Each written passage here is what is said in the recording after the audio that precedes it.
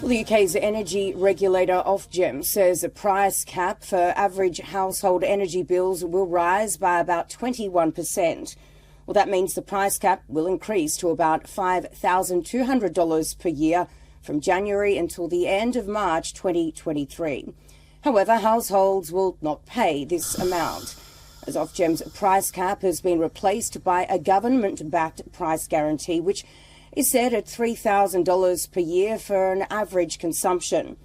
Well, the move comes as the UK is facing a forecasted lengthy recession, and it's intended to support the consumers against the economic shock due to Russia's war on Ukraine.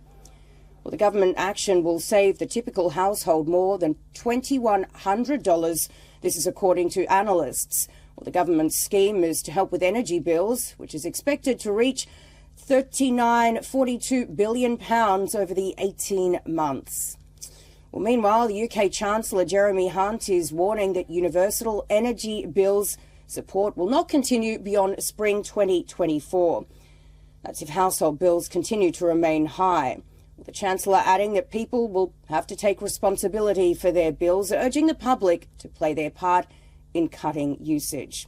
Well, European energy prices started to rise as the world emerged from COVID-19 lockdowns and again surged in February following Russia's invasion of Ukraine. Now, many UK energy companies have struggled in the face of soaring wholesale energy costs, as the price caps limit how much of increases can be passed on to customers. All right, now for more on this story, let's go to our correspondent Alex Isaac, joining us live from London. Alex, firstly, tell me, what is the reaction to this? Well, there's a lot of people are saying, well, there's more money now coming from government. So no matter that people think that they're saving this money, actually, because of the taxes and implementation of how much the government has to subsidise, sadly, it's going to come straight back into the pockets of taxpayers because that money has to come from somewhere. We understand that there's going to be a £25 million push to start an advertising campaign to get people to turn off their radiators or lower their thermostats. That's a lot of money, and that's on top of £5 billion that we're expecting that the government will have to subsidise just to hold that price cap of £3,000 before we even get to January and April, where it's going to go up to over £4,500. So the government is spending a lot of money to what it says is going to save customers money in the long run, but actually a lot of people are saying it's not really saving us anything because we are still paying out, and whether or not it's going to be paying out to gas companies, it's still going to be paying out on taxes in the long run. So people are quite unhappy, but they do also understand that there doesn't seem to be any alternatives. We did step too far away from looking at alternatives, at renewable energies, at wind farms. We are quite unfortunately focused on the gas lines, and because of Putin's war, we are having to deal with people taking the gas lines we usually go for in Norway and Finland, and now there's going to be a lack of gas there. So there's been a lot of concern about where we're going to get our gas from over the winter, not even go looking to 2024. People are worried. They're worried about blackouts, they're worried about energy, and they're worried about costs.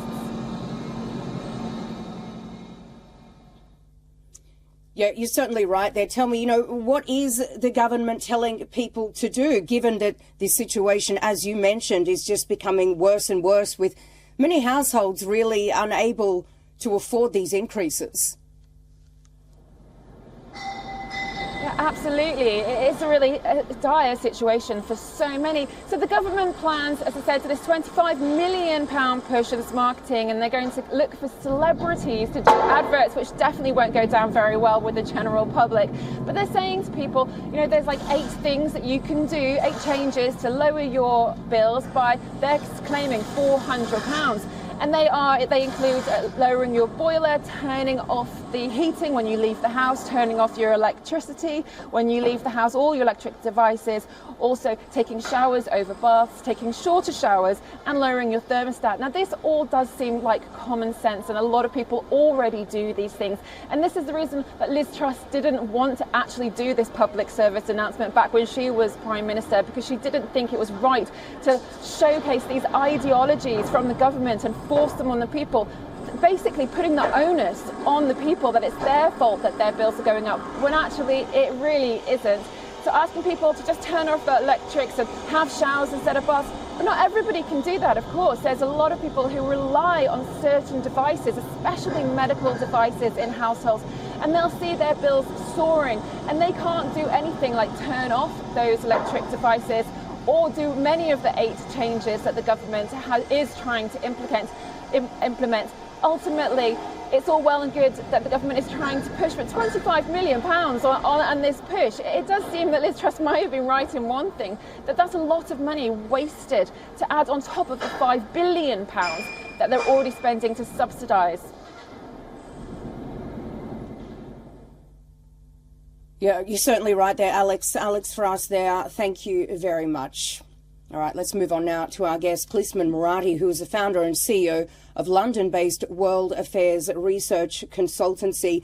Clisman, thank you so much for coming on. Firstly, tell us, what can we expect for businesses? We know that they are really having a very, very tough time at the moment, having to really pass on these price rises, these energy rises that they're having to spend more money on to consumers.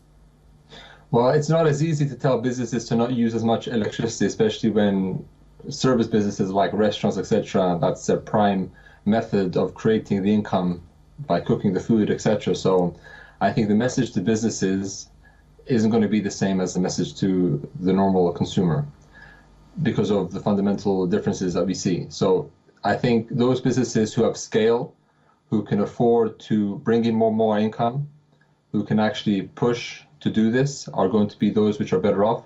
The smaller sort of boutique or one sort of coffee shops that you see around you who are run by small business owners are probably going to suffer the most, given the fact that food inflation is also going up. So they're seeing their profits eroded by both higher energy prices and also higher food costs. So naturally, these are going to be the companies which are going to suffer, which I think the government should focus on helping much more so.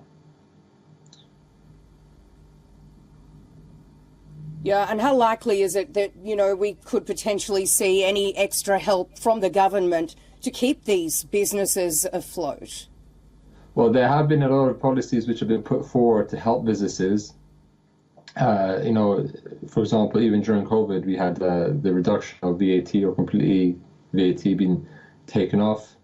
And given the issues, the geopolitical issues that we're facing now, I think it depends on what businesses need. So the consumer groups and the firms which represent businesses need to put a case forward to government saying this is what the industry is looking for, this is how you can help, and these are the benefits that we see. So it's going to be a drawn-out process, but what's very key in a situation like this is communication on both sides, because unheard frustrations are only going to cause more economic damage, resulting in layoffs, resulting in higher prices, and resulting in sort of bad customer satisfaction, which means more people don't go to restaurants because of this.